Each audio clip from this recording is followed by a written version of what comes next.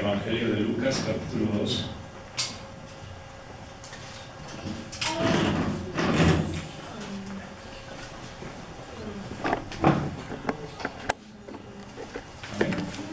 Verso 21.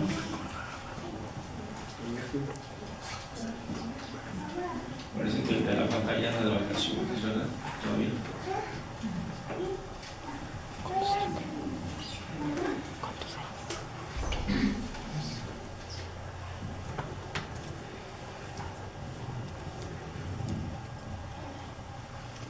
Ya está, ¿verdad? 2:21 dice: cumplidos los 8 días para circuncidar al niño, le pusieron por nombre Jesús, el cual había sido puesto por el ángel antes que fuese concebido. Y cuando se cumplieron los días de la purificación de ellos conforme a la ley de Moisés, le trajeron a Jerusalén para presentarle al Señor, como está escrito en la ley del Señor: todo varón que abriere la matriz será llamado santo al Señor. Y para ofrecer conforme a lo que se dice en la ley del Señor, un par de tórtolas o 2 palominos. He aquí había en Jerusalén un hombre llamado Simeón, y ese hombre justo y piadoso esperaba la consolación de Israel, y el Espíritu Santo estaba sobre él. Y le había sido revelado por el Espíritu Santo que no vería la muerte antes que viese al Señor, al ungido del Señor. Y movido por el Espíritu vino al templo. Cuando los padres del niño Jesús lo trajeron al templo para hacer por él conforme al rito de la ley, él le tomó en sus brazos y bendijo a Dios diciendo: ahora, Señor, despides a tu siervo en paz conforme a tu palabra, porque han visto mis ojos tu salvación, la cual has preparado en presencia de todos los pueblos, luz para revelación a los gentiles y gloria de tu pueblo Israel. Y José y su madre estaban maravillados de todo lo que se decía de él. Y los bendijo Simeón y dijo a su madre María: he aquí, este está puesto para caída y para levantamiento de muchos en Israel, y para señal que será contradicha. Y una espada traspasará tu misma alma, para que sean revelados los pensamientos de muchos corazones. Estaba también allí Ana, profetisa, hija de Fanuel, de la tribu de Aser, de edad muy avanzada, pues había vivido con su marido 7 años desde su virginidad, y era viuda hacía 84 años, y no se apartaba del templo, sirviendo de noche y de día con ayunos y oraciones. Esta, presentándose en la misma hora, daba gracias a Dios y hablaba del niño a todos los que esperaban la redención en Jerusalén. Aquí tenemos 2 personajes que nos presenta la Escritura.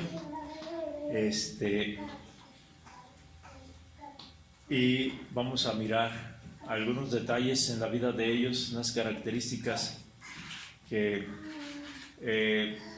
nos van a ayudar para inspirarnos, ¿verdad?, a servir al Señor con dedicación, con amor, y hasta el final de nuestras vidas.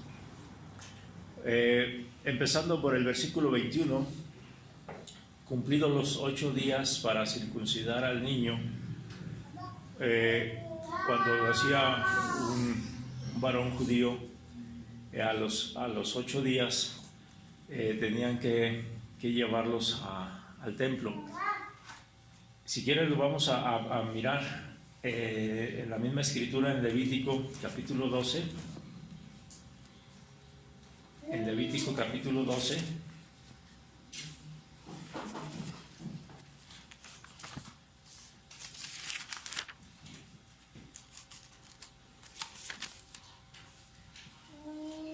Vamos a entender lo que están hablando allá en Lucas. Dice: habló Jehová a Moisés diciendo: habla a los hijos de Israel y diles: la mujer cuando conciba y dé a luz varón será inmunda 7 días, conforme a los días de su menstruación será inmunda. 7 días después de nacer, niño, la mujer tenía que permanecer como si hubiera menstruado. 7 días inmunda, dice aquí en la ley. Al octavo día se circuncidará al niño. Lo llevaban para hacerle la circuncisión, que era la señal del pacto con los hijos de Israel. Cada judío tenía que hacerse la circuncisión. Si alguien era extranjero y quería hacerse judío, tenía que circuncidarse. Pero al bebé, desde los 8 días, lo circuncidaban. Mas ella permanecerá 33 días purificándose de su sangre. Ninguna cosa santa tocará, ni vendrá al santuario hasta cuando sean cumplidos los días de su purificación. Entonces, salud. Tenemos que 7 días más 33 nos dan un total de 40 días. ¿Sí? En caso de un varón. Salud.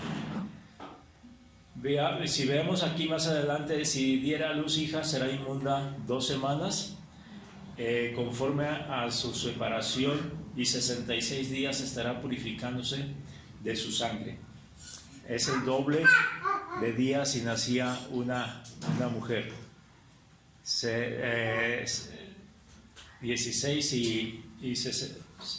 14 y 66 nos da un total de 80 días, ¿verdad?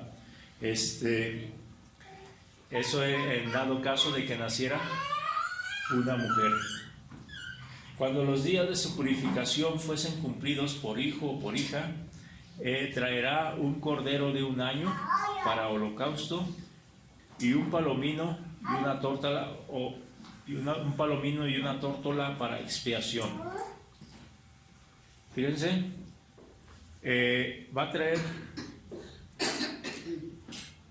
un cordero de 1 año, ¿sí? Y una tórtola o paloma para expiación. Eran dos ofrendas, ¿verdad? El primero para holocausto y el segundo para expiación. Y él los ofrecerá delante de Jehová.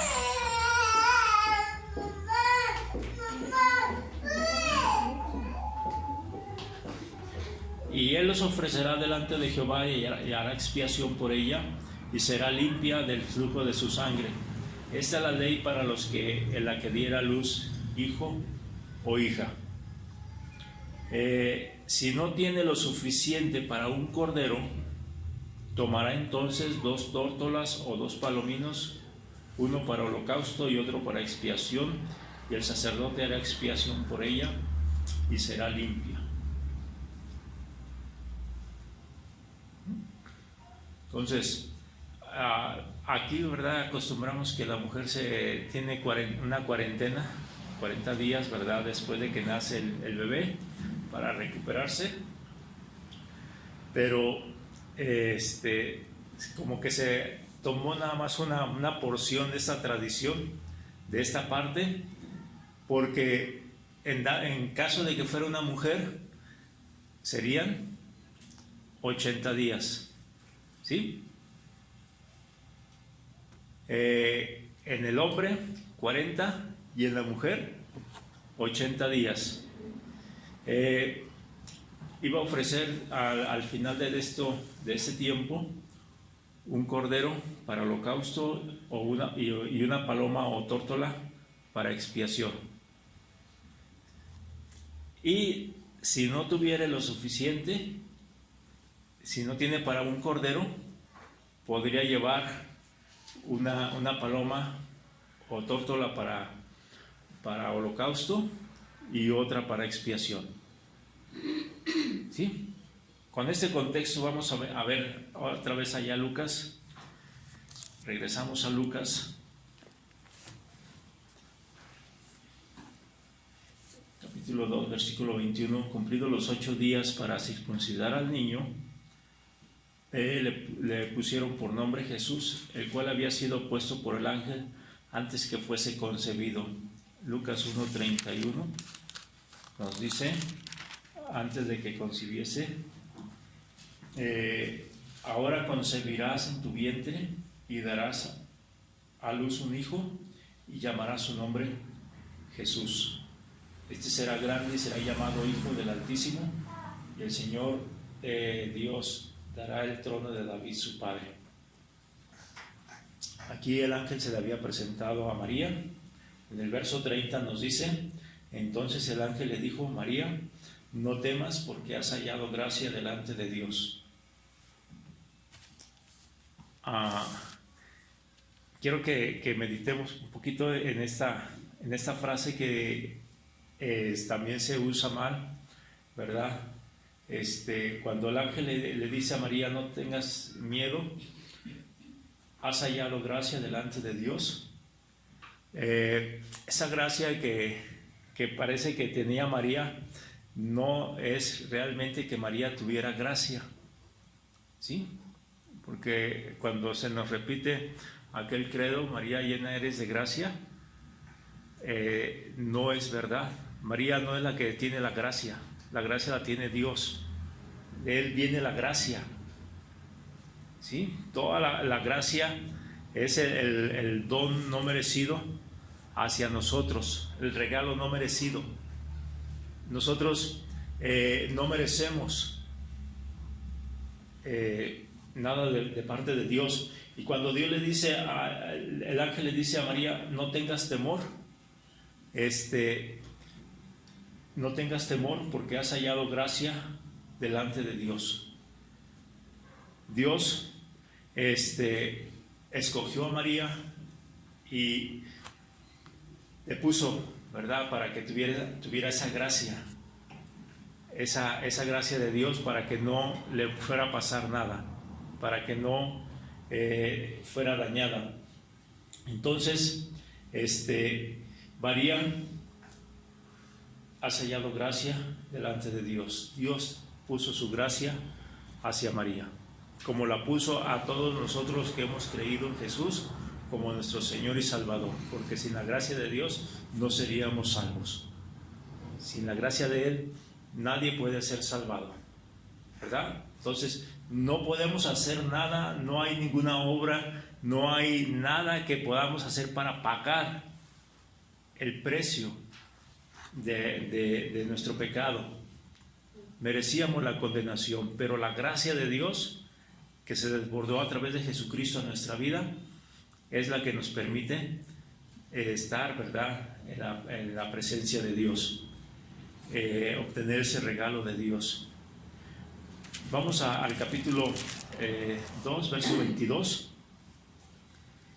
Ya vimos cuando se cumplieron los días de su purificación de ellos, conforme a la ley de Moisés, le trajeron a Jerusalén para presentarle al Señor. Acuérdense que José y María vivían en Galilea, allá en la ciudad de Nazaret. Allá estaba su casa. Ellos habían venido por un empadronamiento a Belén y estaban en Belén todavía, y ya, como habíamos visto la vez pasada, ya no estaban ciertamente en el pesebre, en ese establo, sino que ahora estaban en una casa donde llegaron los magos. Y cuando se cumplieron los días de la purificación, posiblemente José no la quiso trasladar en ese tiempo, esa cuarentena. Se quedaron allí y estaban pensando tal vez que iban a estar, ¿verdad?, en este momento de la presentación en el templo. Si se hubieran ido hasta Galilea al norte, para acá, hasta el norte, para allá, hubiesen tenido que volver otra vez hasta Judea para llevarlo al templo. Y aunque cada año iban al templo, a lo mejor todavía no les tocaba ir esa vez a este lugar, a este templo. Solamente había un templo en todo Israel, el templo que fue dedicado para orar, para entregarse a Dios. Eso lo hizo Salomón, ¿verdad? Fue destruido 2 veces, pero fue reconstruido. Y en el tiempo de Herodes, le amplió y le hizo muchas modificaciones buenas, ¿verdad?, al templo. Aunque no creía totalmente en Dios, pero quería congraciarse con los judíos. Le trajeron a Jerusalén, porque les digo, probablemente se habían quedado ahí en Belén, era otro pueblito cerca de Jerusalén, para presentarle al Señor, como está escrito en la ley del Señor: todo varón que abriere la matriz será llamado santo al Señor. Entonces era el primogénito, había abierto la matriz y era entregado hacia el Señor. Y para ofrecer, conforme a lo que dice en la ley del Señor, un par de tórtolas o dos palominos. No estaban ofreciendo un cordero, sino que ofrecieron 2 tórtolas o 2 palomas. ¿Por qué? Porque posiblemente no eran ricos, ¿verdad? Eran de escasos recursos José y María. Y llegaron al templo que se encontraba en Jerusalén. Bien, vamos a mirar aquí ahora en nuestro tema. Vamos a brincar de un texto a otro, pero vamos a mirar todo el pasaje de lo que nos está diciendo, nos está indicando aquí la escritura de estos 2 personajes que se encontraban allí en el templo, que se encontraron con el Señor. ¿Quiénes eran? ¿Y qué hicieron? Aquí había en Jerusalén un hombre llamado Simeón. Este hombre justo y piadoso esperaba la consolación de Israel, y el Espíritu Santo estaba sobre él. El verso 26 dice: él había sido revelado por el Espíritu Santo que no vería la muerte antes que viese al ungido del Señor. Verso 29: ahora, Señor, despides a tu siervo en paz conforme a tu palabra, porque han visto mis ojos tu salvación. No nos indica aquí la edad de Simeón, pero al parecer era un hombre anciano, ¿sí? Por lo que la indicación que da aquí estos versículos, parece que era un hombre anciano. Bien, vamos a ver ahora el caso del otro personaje, que es Ana. Dice el verso 36: estaba también allí Ana, profetisa, hija de Fanuel, de la tribu de Aser, de edad muy avanzada, pues había vivido con su marido 7 años desde su virginidad, y era viuda hacía 84 años. Podemos más o menos calcular la edad de Ana, por esto que nos indica aquí la escritura. Cuando se casó, vivió 7 años con su esposo, y murió su esposo, y después de que murió, han pasado 84 años en viudez. Viuda. 84 más 7 nos da 91. ¿De qué edad le gustaría que se haya casado Ana? 20, 30. Vamos a ponerlo en 25. ¿Ya? Promedio 25. No es la edad exacta, pero más o menos. Si se hubiera casado de 25 más 91, son 116 años. 116 años tenía esta mujer. ¿Sí? Eran ancianos Simeón y Ana. Esto nos indica que para servir al Señor no hay jubilación, No hay jubilación. veces queremos,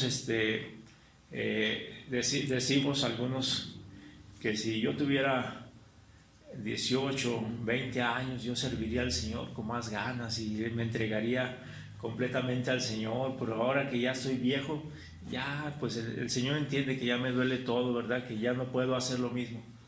Sí es cierto que ya no podemos a veces hacer lo mismo, pero no es impedimento para seguir sirviendo al Señor. La edad no es impedimento, ¿verdad? En Dios verdaderamente no hay jubilación. No hay jubilación. Podemos llegar hasta el final de nuestra edad todavía sirviendo al Señor. Sirvámosle, ¿verdad? Hasta el final de nuestros días. Dice allí que el Espíritu Santo estaba sobre él, sobre Simeón, verso 25. El Espíritu Santo estaba sobre él. No estaba en él, estaba sobre él. Es importante ver estas porque a veces no nos fijamos y confundimos el trabajo que hace el Espíritu Santo. Este es un evangelio que se escriben, ¿verdad?, los detalles de la vida de las personas todavía bajo la ley. Bajo la ley. En el tiempo del Antiguo Testamento, antes de que el Señor ascendiese, el Espíritu Santo no vivía en el creyente. No vivía en el creyente. Venía, poseyó a algunos, ¿verdad? Usó a algunas personas y estuvo en ellos, pero salía de ellos. Por eso el rey David indica en el Salmo: no quites de mí, Señor, tu Santo Espíritu. ¿Verdad? Entonces, ahora nos dice la Escritura que el creyente ha sido sellado con el Espíritu Santo de la promesa. Efesios 2. A mí no me crea, créale a la Escritura, créale lo que Dios dice. Efesios 2,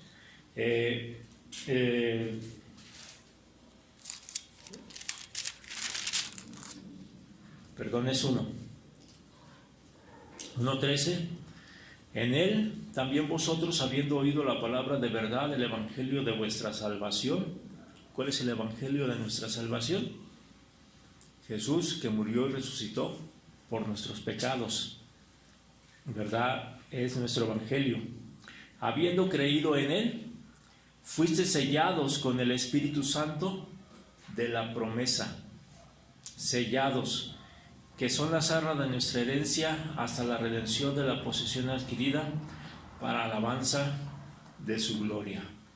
Al haber invocado a Jesús a nuestra vida, Él viene a través de su Espíritu Santo a morar en nuestra vida, a morar en nosotros. Y lo indica el apóstol Pablo allá en Corintios también, que nosotros somos templo ahora del Espíritu Santo. Somos templo. Ciertamente le decimos templo a este lugar, pero el verdadero templo somos nosotros, los creyentes. Si se destruyera este lugar, no pasara nada, porque seguimos siendo el templo del Señor, ¿verdad? Muchos le dan mucha importancia al lugar del templo y le descuidan mucho el templo del Espíritu Santo, ¿sí? Lo descuidan mucho. Entonces, somos templo del Espíritu Santo. Y dice ahí que el Espíritu Santo vino sobre Simeón. ¿Por qué no estaba en él? Porque todavía el Señor Jesucristo no había resucitado. Todavía no venía la promesa del Espíritu Santo, que se cumplió en Hechos, donde nace la iglesia, en Hechos 2, donde nace la iglesia. Y le había sido revelado por el Espíritu Santo ¿Sí? Aparte de todo esto, toda la escritura no estaba completa, solamente tenían el Antiguo Testamento y no tenían acceso a ella todas las personas. Muchas de esas escrituras se leían en la sinagoga, se leían, se estudiaban, ¿verdad? En las sinagogas que había en las ciudades, en los pueblos, ahí se leía, se estudiaba. Eran copias que se hacían a mano. Entonces, ¿qué había? Había más revelación, ¿verdad? De ángeles, de Espíritu Santo, mostrándose a las personas de las cosas que iban a venir más adelante. Ahora tenemos la palabra profética más segura, Primero atendamos lo que nos dice la Escritura para mirar qué es lo que el Señor va a hacer más adelante. Y tenemos acceso a una Biblia, por lo menos aquí en nuestro país, por lo menos tenemos acceso a una Biblia. Podemos ir a comprar todas las Biblias que queramos y tener todas las Biblias que queramos en la casa y traer, ¿verdad?, al templo todas las que queramos. Pero en aquel tiempo no era así.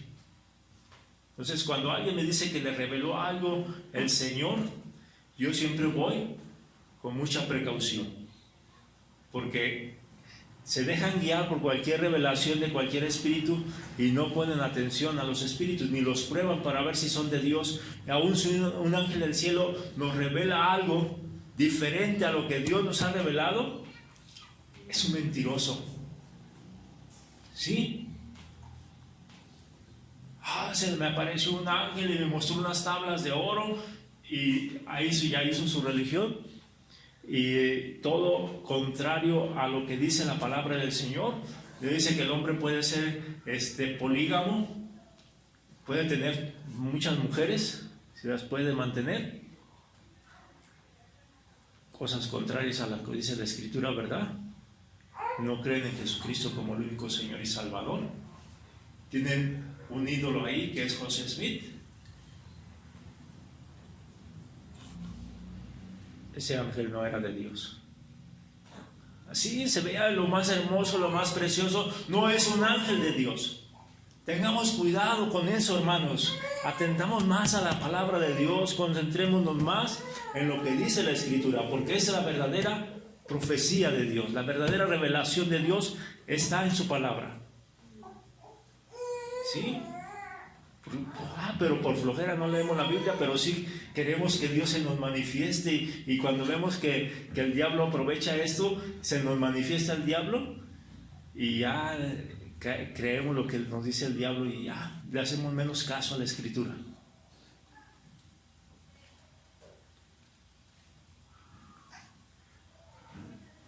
Y movido por el Espíritu vino al templo. ¿Sí?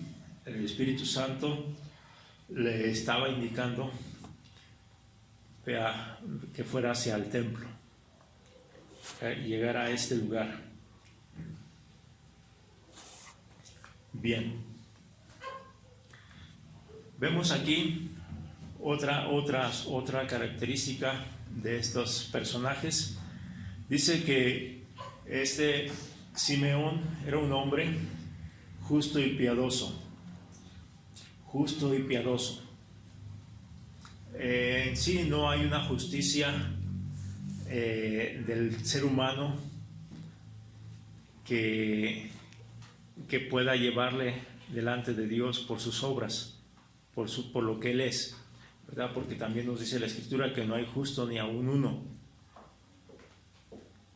Pero ¿por qué le dice que era justo Simeón? Bueno, hablaba de una justicia relevante a lo que en cuanto a los hombres, ¿verdad? Nosotros usamos también esa misma palabra cuando decimos es que este es una persona buena, ¿verdad? Cuando decimos es una persona buena, ¿verdad? Estamos indicando no que sea perfecta, ¿sí? Sino que se porta bien, que es una persona que hace bien, que no está haciendo maldades, pero no estamos indicando que sea perfecta. Y es lo que nos está indicando, ¿verdad? Simeón era una persona justa porque atendía a obedecer a Dios, a hacer las cosas de Dios, pero sin ser perfecto. Esa clase de justicia no la tenía. Pero también otra cosa, dice, era piadoso. Esa piedad es el servicio que hacemos hacia los demás. ¿Sí? Esa ayuda que brindamos a nuestro prójimo. El Señor nos pide que seamos piadosos. Ahí en primera carta a Timoteo,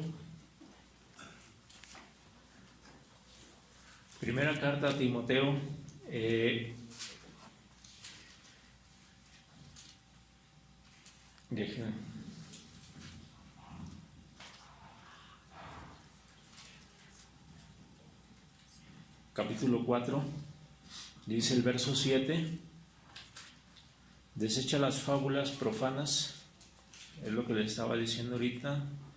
Hay muchas fábulas, muchos cuentos, muchas leyendas. No se crea de todos esos cuentos, créanle a la palabra de Dios. Profanas y de viejas, no sé si se esté refiriendo a chismes, ¿verdad?, de las mujeres, pero cuando dice esto, pues tengamos atención. Ejercítate para la piedad. Ejercita la piedad. El ejercicio corporal para poco es provechoso, pero la piedad para todo aprovecha, pues tiene promesa de esta vida presente y de la venidera. ¿Qué es la piedad? Ya les dije, es ayudar al prójimo, es tener compasión, ¿verdad?, con el prójimo. ¿Qué necesidad tiene el prójimo? Que le podamos ayudar al prójimo. Es la vida de piedad a la que el Señor nos ha llamado, visitar a los huérfanos y a las viudas en sus tribulaciones, al hambriento, al enfermo. Es ministerio, ¿verdad?, que el Señor nos ha encomendado.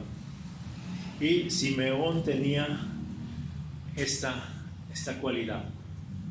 Esa cualidad no se puede realizar de una persona solitaria.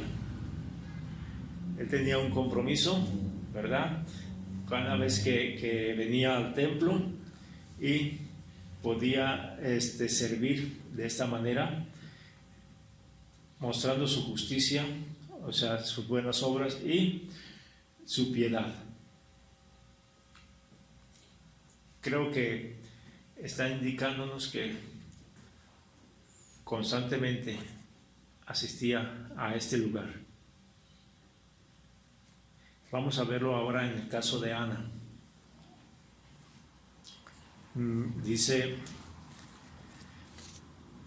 verso 37, era viuda hacía 84 años y no se apartaba del templo. No se apartaba del templo, dice, sirviendo de noche y de día con ayunos y oraciones. ¿Cuántos años dijimos que más o menos tenía? 116. Ay, caray. Pues el templo, sus atrios estaba amplio, estaba grande.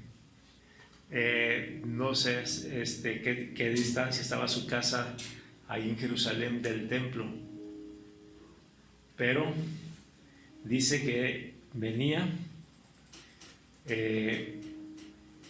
al templo, no se apartaba de allí, y estaba para servir de noche y de día, con ayunos y oraciones. Se nos hace difícil venir al templo una vez por semana. Nos duelen los pies, nos duelen el cuerpo para no venir al templo.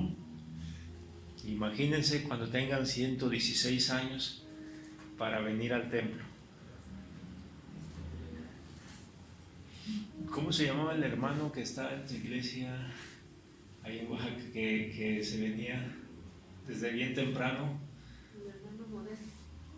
Sí, es el que se venía como... El hermano Toño, el que se venía caminando. Caminando como 2 horas El hermano Toño. para luego tomar un vehículo y llegar. Para llegar a las 10 de la mañana al templo, como 4 horas de camino. Y estaba como de 18 años, ¿verdad? ¿Como cuántos años tiene el hermano Toño? 87. ¿Eh? 87. ¿Quién tiene 87 aquí, aparte de la hermana René?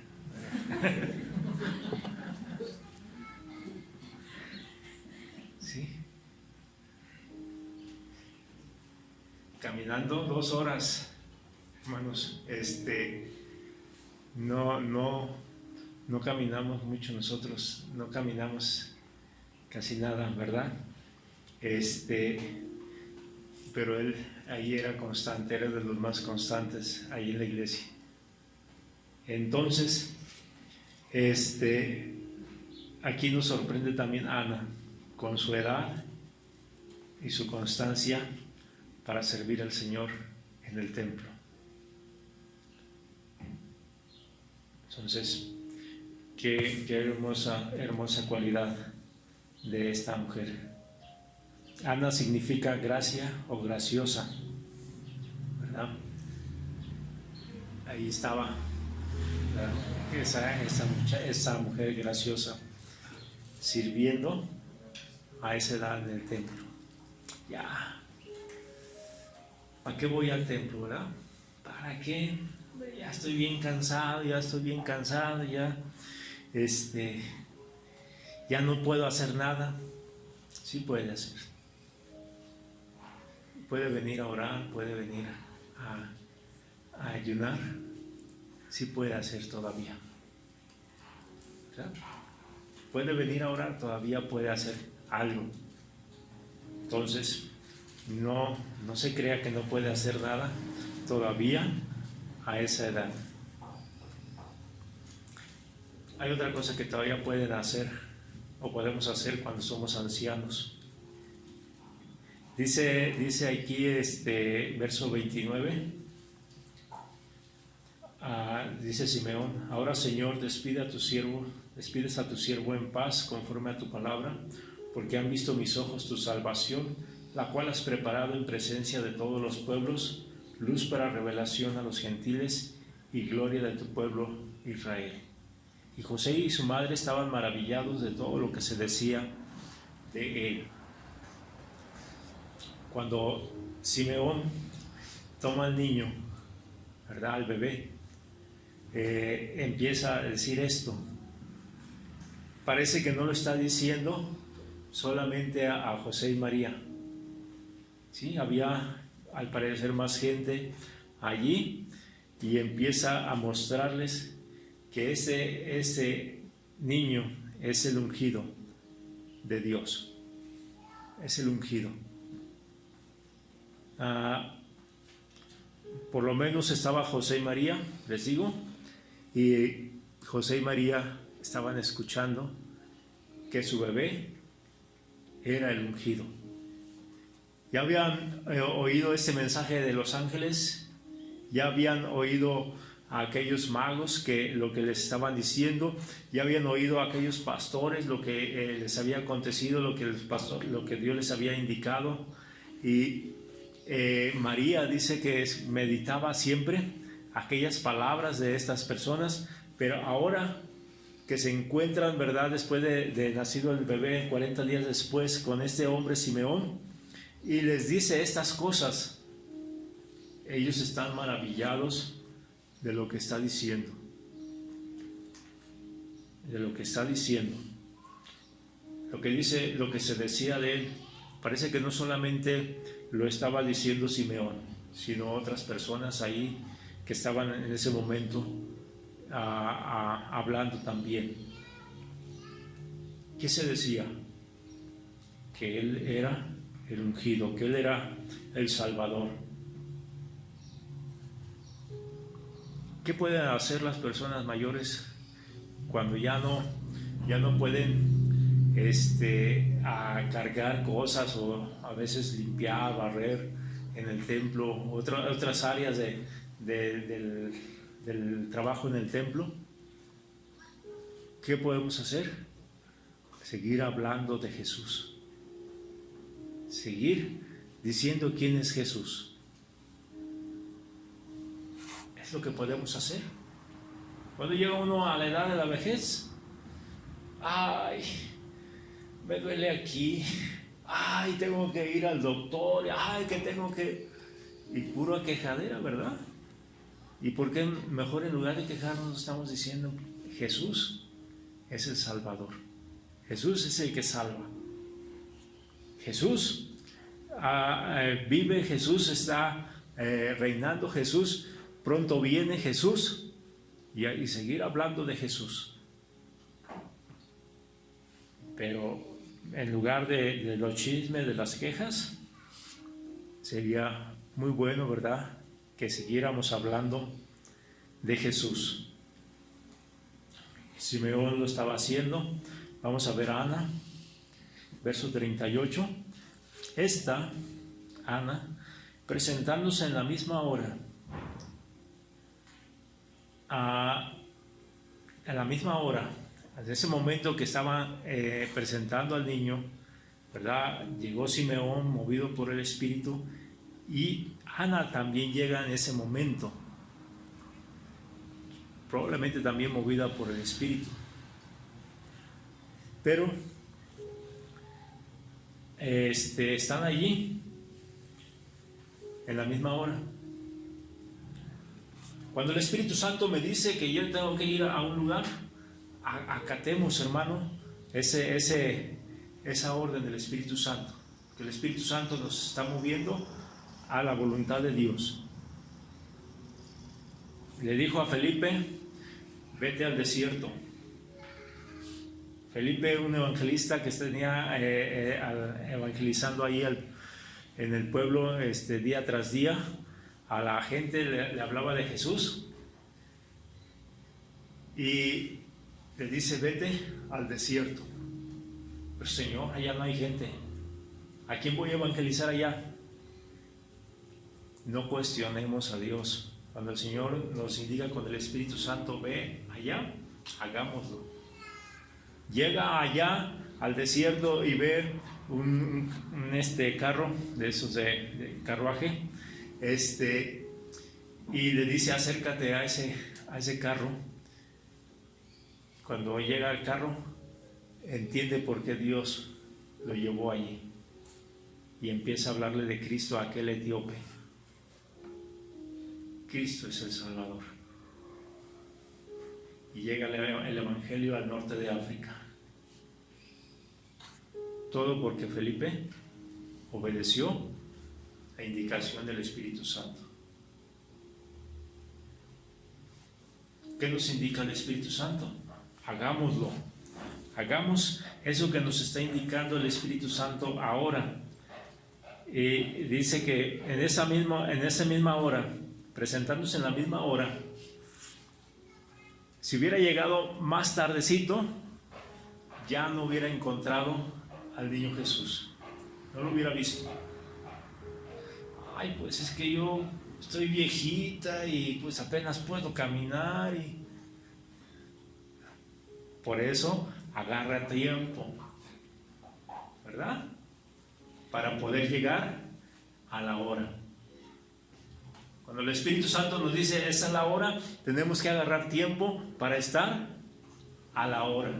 No nos retrasemos de Él. ¿Sí me doy a entender? Entonces, dice, presentándose en la misma hora, daba gracias a Dios y hablaba del niño a todos los que esperaban la redención en Jerusalén. Algo que podemos hacer todavía cuando lleguemos a la edad de ancianos. Seguir hablando de Jesús, de la esperanza que tenemos en Él. de la promesa que tenemos en Él. Jesús es el motivo, ¿verdad?, de nuestra conversación y debe ser el motivo del que sigamos hablando aun cuando ya estemos viejitos. Jesús. Pues tenemos entonces que ser anciano no es para jubilarnos, ¿verdad? Es para seguir trabajando, para seguir sirviendo al Señor en el templo y dando testimonio de Jesús. Vamos a orar.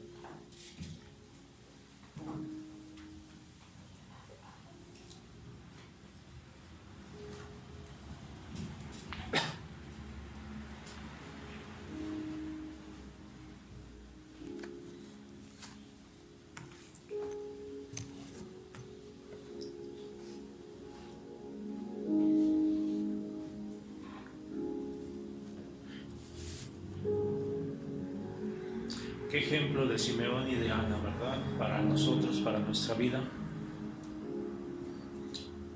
Digámosle al Señor si nos permite estar más tiempo viviendo, si nos permite llegar a la tercera edad, a la cuarta edad, que sigamos sirviéndole a Él, que sigamos agradecidos con Él, dando testimonio de Jesús.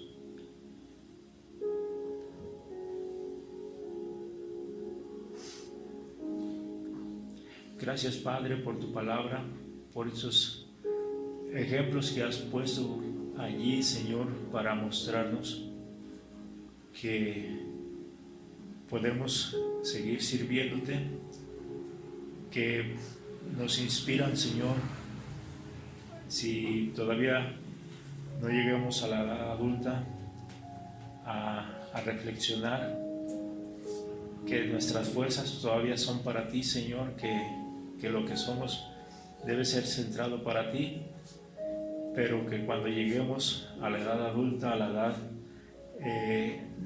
madura, Señor, de la tercera edad, todavía, Señor, podamos servirte. Todavía que en nuestros días, Señor, sean para ti, para agradecerte, para servirte. Muchas veces no aprovechamos el tiempo como tú nos lo pides, porque pensamos que tenemos mucho tiempo de vida. Pero ciertamente cuando llegamos a la tercera edad, estamos y queremos aprovechar más el tiempo, porque sabemos que pronto podemos partir.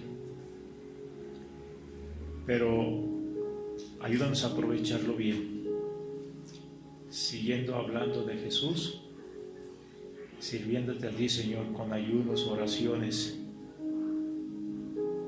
amándote más, Señor, cada día. Gracias, Padre. Quiero pedirte misericordia, Señor, para nuestro hermano Rafa, para que sigas recuperándole y sigas fortaleciéndole.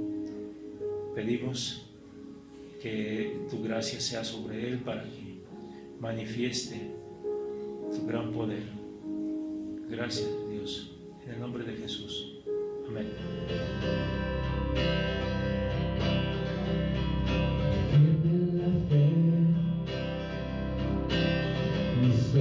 Puestos en él, aunque mi mundo caiga, mi esperanza está en él, aunque la tempestad